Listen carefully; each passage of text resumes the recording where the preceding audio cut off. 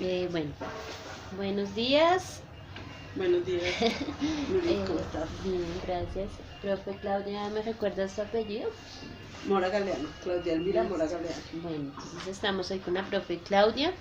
Ella pues va a pasar por una experiencia educativa, no de acompañamiento educativo, diferente a lo que ella de pronto ha hecho en sus años de experiencia como docente, ¿verdad? Entonces vamos a hacer una entrevista. Esta primera entrevista antes de la experiencia, de ello vamos a hacer de pronto una durante la experiencia y otra pues posterior a la experiencia, ¿listo? Perfecto, Que señora. esperamos sea noviembre. Ojalá. Claro Está que sí. noviembre.